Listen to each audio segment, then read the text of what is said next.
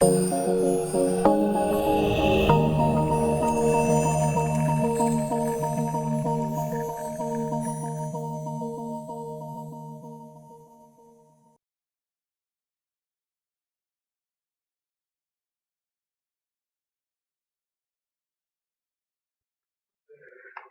warahmatullahi wabarakatuh. Jumpa kembali di kuliah Kalkulus 1. Apa kabarnya hari ini? Kita lanjutkan lagi materi berikutnya tentang fungsi ya, tentang function.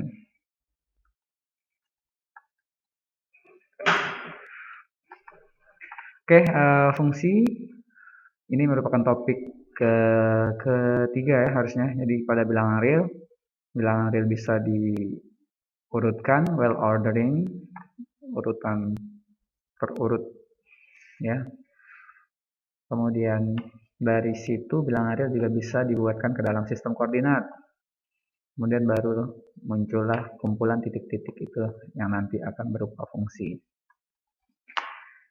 Oke, definisi dari fungsi. Fungsi didefinisikan sebagai aturan yang menetapkan bahwa setiap satu anggota himpunan D berpasangan tepat satu dengan anggota himpunan K. Ini definisi ya, biar lebih paham seperti ini aja. Jadi yang perlu diperhatikan adalah kalau dia berupa fungsi, maka D ini namanya domain, daerah asal, dan K ini kodomain ya, daerah kawan. Sehingga nanti ada daerah kecil di dalamnya, ini namanya range. Range itu hanyalah daerah-daerah hasilnya. Jadi fungsinya D ya, domain ke kodomain. Nah ini tepat satu artinya D ini tidak boleh nanti bercabang ya. Jadi tidak boleh nanti ada seperti ini. Nah ini tidak boleh. Ataupun nanti tidak boleh banyak ya. Oke. Walaupun pada prinsipnya nanti pemakaian fungsi ini dia lebih diperlemah lagi dengan penggunaan relasi ya. Jadi orang-orang komputasi mungkin lebih senang menggunakan relasi karena relasi itu memungkinkan adanya percabangan. Kalau kita berbicara tentang fungsi, ini tidak terlepas dari himpunan. Kalau pada dunia komputasi, biasanya himpunan ini identik dengan database ya. Database A, B, gitu. Database nama, kemudian database alamat. Maka setiap orang akan punya alamat misalnya. Nah, itu merupakan suatu relasi. Pada saat dia punya tepat satu alamat, gitu ya, maka itu dinamakan dengan fungsi. Jika misalnya pada sistem pemindai wajah, maka kita akan punya database wajah yang direkam, kemudian akan diberikan database real time-nya berupa inputan wajah. Nah, itu bisa dicek secara domain dan kodomainnya ya. Jadi penggunaan fungsi ini sebenarnya cukup dekat ke dunia komputasi, orang-orang komputer, yaitu pada database dan pemindai wajah dan segala macamnya. Termasuk nanti scan sidik jari, itu kan mencocokkan, yang namanya matching, mencocokkan satu hal ke hal yang lain, itu bisa dekat ke relasi ataupun fungsi. Jadi kalau digambarkan relasi itu lebih besar, fungsi itu merupakan ruangannya yang lebih khusus. Jadi relasi yang tepat satu anggota, gitu ya, D tepat satu anggota ke K itu namanya fungsi.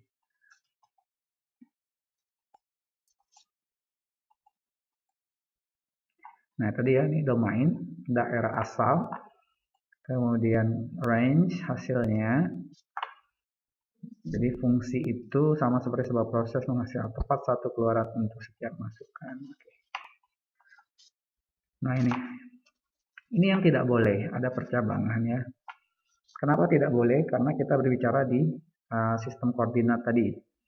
Jadi logikanya tidak ada nanti pasangan dari nilai X itu yang mempunyai nilai Y 2 kali ya. Oke. Contohnya seperti ini. Sumbu Y dan sumbu X. Maka kalau saya punya nanti 1 gitu ya. 2 misalnya. 1 titik. maka titik itu biasanya kita hanya temukan pasangannya 1, yaitu 2,3. Tidak mungkin dia 2 ya. Jadi 2 secara bersamaan titiknya menjadi 2,4. Karena kita belajar di dunia bilangan real. Oke. Kita lanjutkan lagi. Ini jenis-jenis fungsi. Yang pertama itu ya, fungsi peubah bebas tunggal ya. Nah, ini sebenarnya adalah fungsi atau persamaan linear satu variabel. Itu kita punya y sama dengan 2x ditambah 3. Y sama dengan x kuadrat. Fungsi peubah bebas tunggal adalah fungsi yang hanya mempunyai satu peubah bebas. Bebas ini maksudnya x ini ya. Jadi misalnya kita ambil contoh pada kasus ini kita punya y sama dengan 2x tambah 3. Jadi kenapa x dikatakan bebas? Karena x bisa kita inputkan untuk semua sebarang bilangan real ya. X di mana? X anggota bilangan real. Oke. Jadi bebas kita inputkan, maka y-nya itu akan tergantung dengan x. Jika dipilih x-nya 1, maka y-nya ini adalah 2 kali 1 ditambah 3, 5 ya. Dia dapatlah koordinat di mana x-nya 1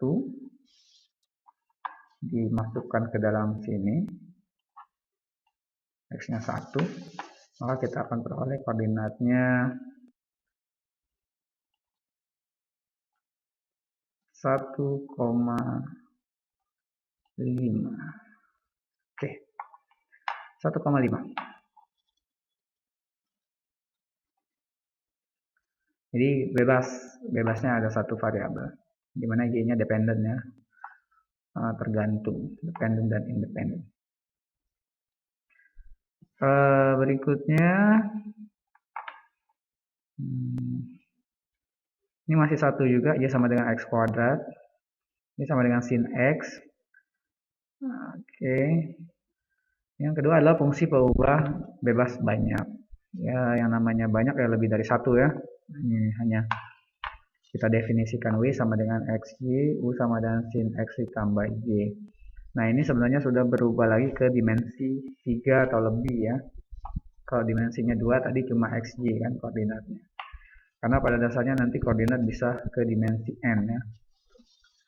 Walaupun pada geometri dibatasi hanya R3 karena tidak mungkin sampai 4, 5. Tapi secara aljabar dia bisa sampai n. Nah, menurut penyajiannya fungsi itu ada yang namanya eksplisit, di mana peubah bebasnya ditulis disajikan pada ruas tersendiri gitu ya. Atau bahasa gampangnya kalau dia eksplisit artinya y-nya akan terlihat dengan jelas pada saat x-nya diinput. Contohnya yang A, jika x-nya kita ganti 5, maka y-nya itu akan jadi 0. Ya. Artinya kita bisa melihat hasilnya dengan jelas. Kalau kita ganti x-nya tadi 5, maka y-nya akan 0. Ketika x saya ganti, saya substitute ke 5 ya. Itu fungsi eksplisit. Artinya ciri khasnya y sama dengan gitu ya. Atau q sama dengan gitu. Arti variabelnya akan terlihat dengan jelas. Kemudian berikutnya adalah fungsi eksplisit, ditulis seperti itu ya. Jadi ini ciri khasnya explicit function. Explicit function.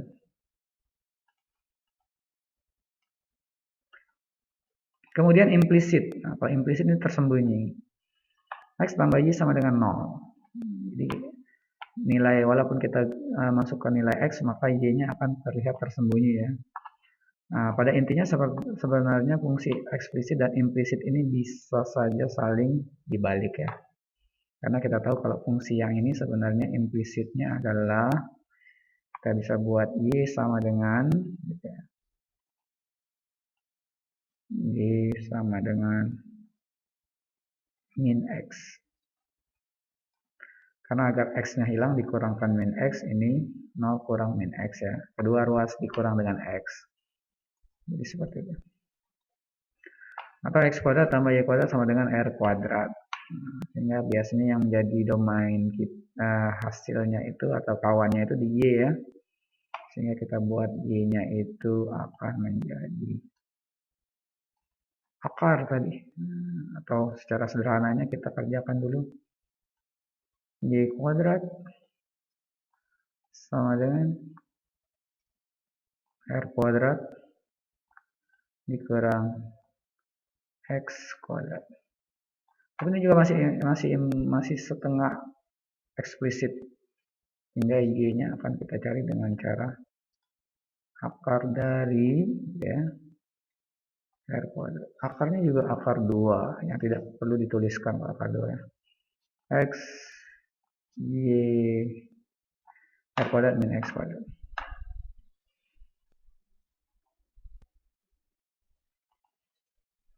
Jadi fungsi implisit biasanya dituliskan dalam fx, y sama dengan 0. Jadi dia tersembunyi ya, eksplisit dan implisit. Kemudian berikutnya adalah fungsi parameter, di mana kita memberikan suatu t gitu ya, suatu variabel lain untuk mendefinisikan fungsi yang ada. Jadi x sama dengan ft, y sama dengan gt, di mana t-nya adalah parameter. Ini biasanya bisa digunakan dalam fisika. X sama dengan T kuadrat min 1, Y sama dengan T ditambah 2. Jadi T ini biasanya time ya. Dua variabel ini dipengaruhi oleh faktor time-nya variabel. Nah, pada bilangan real, fungsi itu terdiri atas fungsi aljabar dan fungsi transenden, di mana aljabar akan membawahi rasional dan irasional.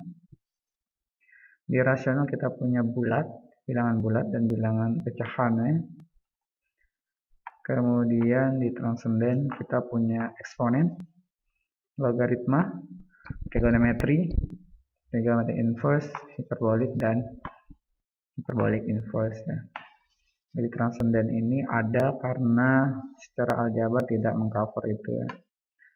Di ini rasional irasional, maka di sini adalah kekurangan dari fungsi-fungsi yang ada. Ini fungsi aljabar yang pertama, fungsi yang mengandung sejumlah operasi aljabar, penjumlahan, pengurangan, perkalian, pembagian. Oke, di fungsi aljabar itu dibagi menjadi rasional dan irasional tadi. Berarti sama dengan konsep yang pertama kemarin, namanya rasional berarti bisa dibentuk menjadi A per B. Kalau dalam fungsi berarti bisa dibentuk dalam bentuk fungsi A per fungsi B. Dalam hal ini Px. Ini dengan syarat dia juga tidak boleh 0. Karena kita masih berbicara pada bilangan real.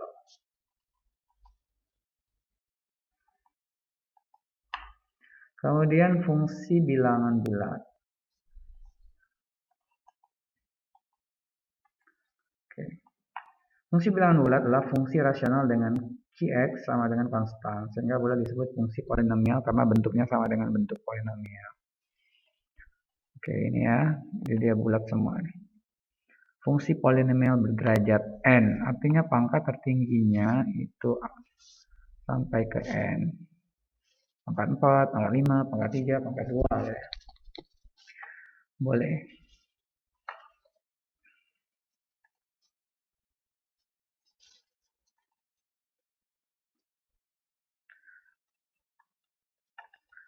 Nah, ini fungsi polinomial, ini namanya trinomial. Dua fungsi kuadrat, 2 derajat ya. Kemudian ini polinomial, 3 fungsi kubik. monomial X5, ini juga monomial, kemudian ini binomial. Jadi jika dikelompokkan berdasarkan jumlah sukunya. Kenapa trinomial? Karena 3 suku ya. Suku 1, 2, 3. Ini polinomial sudah banyak ya. 1, 2, 3, 4. Ini jumlah sukunya monomial ya. Hanya 1 tapi pangkatnya 5. Ini pangkatnya 0. Jadi yang dihitung itu adalah pangkat dari variabel ya.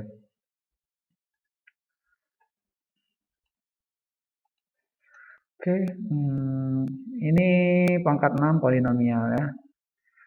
Jadi jumlah sukunya trinomial itu 3, mono itu 1 ya, binomial berarti 2. Ini hanya sebuah sebutan. Kemudian cara penjumlahan dan pengurangan fungsi polinomial. Nah, ini kembali lagi ke jenjang sebelumnya ya. Jadi kita harus punya faktor atau peubah yang sama, yang bisa dikurangkan atau ditambahkan. Kalau di sini kita lihat ada X pangkat 3, maka harus carilah suku lain yang X pangkat 3. Itu bisa ditambah atau dijumlahkan. Nih, kalau seperti ini yang B, ini ya. Ini tidak bisa dijumlahkan karena sudah beda variabel. Di sini hanya X kuadrat, sini X kuadrat Y. Nah, yang ini A, B, ini bisa ditambahkan karena sebenarnya dia AX pangkat 0 dan BX pangkat 0.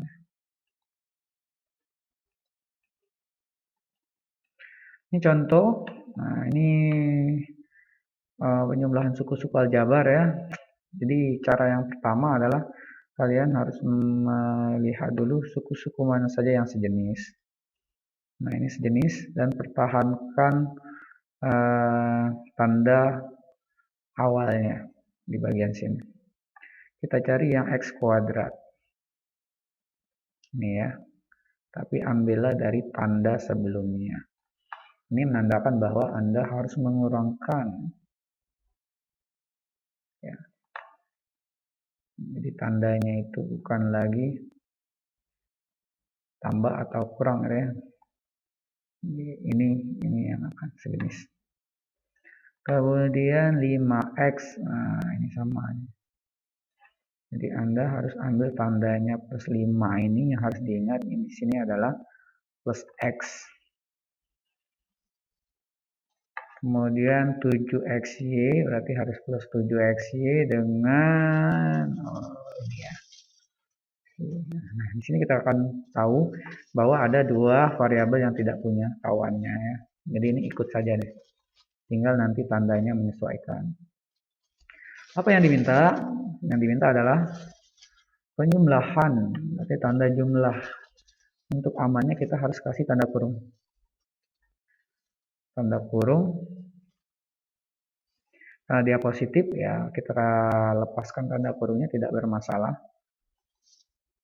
Tidak akan menjadi bermasalah. Oke, setelah kita temukan tadi berarti yang kita tambahkan hanya yang ini. Yang ini tetap langsung turun.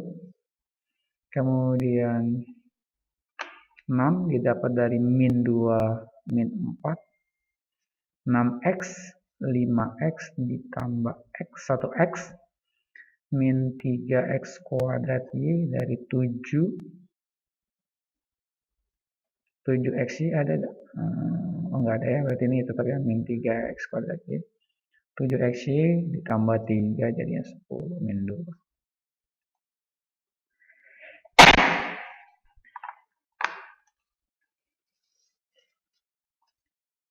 Nah, untuk pengurangan harus berhati-hati karena tandanya ini ternyata berpengaruh ya. Berpengaruh. Ini yang menyebabkan biasanya banyak kesalahan. Karena pada saat tanda kurungnya dibuka, dia akan mengalami perubahan akibat negatifnya. Sehingga diperoleh, nah ini negatif-negatif positif, negatif-negatif positif, negatif-positif negatif ya, ini negatif-negatif positif, Negatif, negatif, positif nih. Negatif dikali negatif, positif. Nah, kalau sudah terurai seperti ini biasanya akan aman. Tinggal kita cek mana saja yang sejenis. Yang tadi kita ada punya listnya.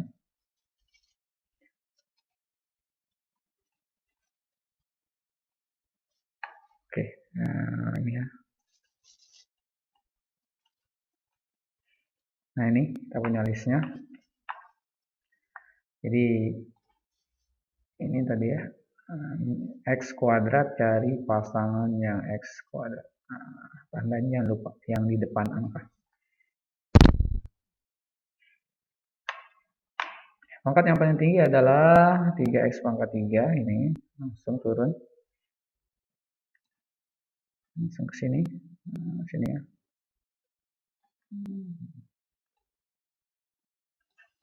Jadi 3X pangkat 3 tidak ada pasangannya. Kemudian hasilnya min 2. Min 2X ditambah 4X. Min 2X kuadrat. Nah, ini salah nih. Modulnya salah nih. Min 2X kuadrat plus 4X. Harusnya ini hasilnya positif ya. Saya perbaiki, ini hasilnya adalah positif. Oke, positif 2X kuadrat. Ini 5X dan X ya. Oh, ini belum dikerjakan ya ternyata. Maaf. Jadi masih dikumpulkan berdasarkan pangkat tertinggi ya. Nah, ini salah. Jadi dikumpulkan berdasarkan pangkat tertinggi, boleh juga. Jadi kalau males dikotakin seperti tadi, boleh juga dikumpul dari pangkat tertinggi, kemudian diletakkan secara bersama-sama. Ini hasil pengelompokannya, gitu ya. Kemudian ini hasil pengelompokan sendirinya. Nah, kemudian yang ini yang terakhir. Jangan lupa tandanya yang di depan terlebih dahulu. Nah, berarti yang ini tinggal turun. Yang jadi masalah adalah yang sama. Variabelnya harus sama persis baru bisa dijumlahkan. Oke, ini hasilnya. Kemudian perkalian monomial. Nah, ini ada hukum eksponensial ya. A pangkat M dikali A pangkat N. Itu artinya kalau dikali pangkatnya ini tinggal ditambahkan.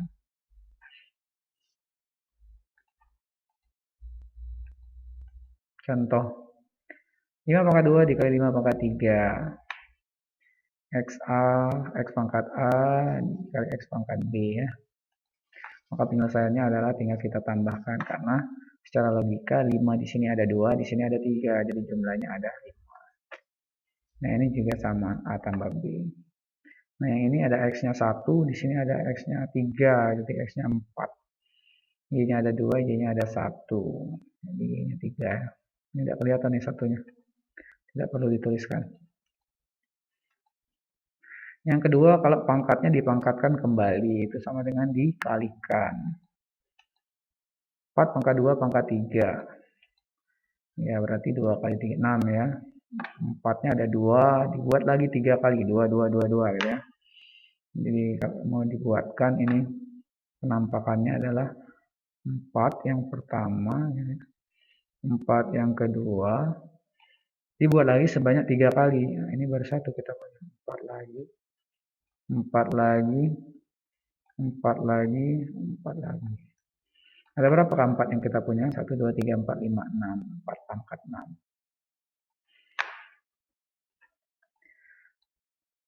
Ini X pangkat 12.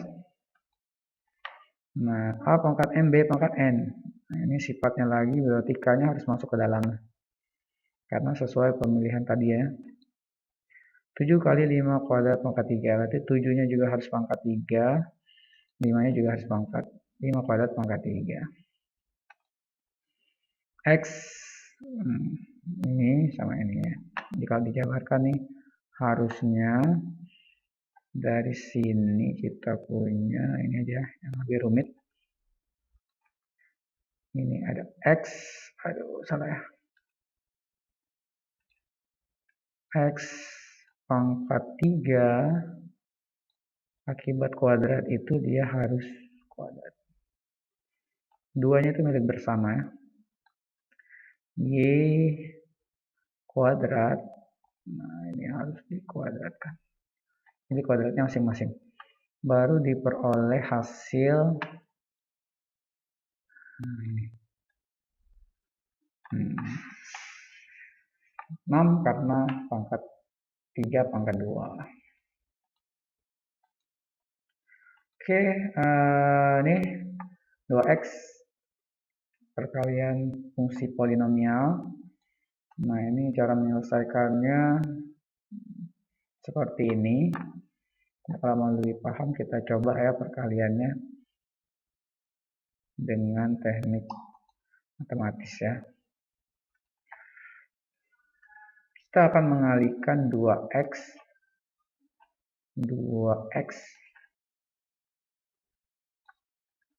dengan apa dah? X kuadrat min 5x. X kuadrat min 5x tambah 6. Oke. Jadi 2x dikali x kuadrat min 5x ditambah 6. Ditambah 6. Jadi caranya adalah kalau dengan rumus gitu, kan ini harus dikali ke dalam, kemudian dikali ke sini, kemudian dikali lagi ke sini ya. Hasilnya adalah 2x pangkat 3. Tadi kan x-nya kuadrat ya, dan x1 dikurang 2 kali 5, 10. X kuadrat ditambah 12 x ya. Nah, coba kita cek. 2x pangkat 3 min 10 x kuadrat ditambah 12. Tapi yang perlu diperhatikan adalah dari mana sih asalnya seperti ini. Jadi asalnya sebenarnya ini dari konsep luasan ya. Jadi kalau kita punya luas seperti ini, ada 2x gitu ya. 2x kita coba ya. Nah, ini. Kalau saya punya luasan seperti ini, maka saya bisa gambarkan menjadi ini ya, yang pertama, kemudian yang kedua, dan yang terakhir. Kita punya 3 blok. Ini artinya apa? Konsep seperti ini, kenapa harus ada perkalian silang-silang seperti ini? Awalnya itu harusnya dari sini ya. Kita punya bahwa ini papan, kita simbolkan lebarnya 2x gitu ya. Kemudian panjangnya adalah x kuadrat min 5x gitu ya. Plus 6. Nah, tandanya harus ikut nih. Jadi, secara umum kita punya panjangnya x kuadrat min 5x tambah 6, lebarnya 2x. Tapi kalau kita lihat hasilnya adalah ini kan mewakili satu-satu ya. Jadi kita punya luas yang pertama adalah 2x pangkat 3. Kalau kita kalikan ini kan luasnya 2x dikali min 5x ya. 10x kuadrat gitu ya. Satunya itu adalah 12x. Oke. Jadi terlihat jelas bahwa kenapa sih harus perkaliannya harus seperti ini, melibatkan satu suku, karena sebenarnya konsep itu diambil dari konsep luasan persegi panjang ya.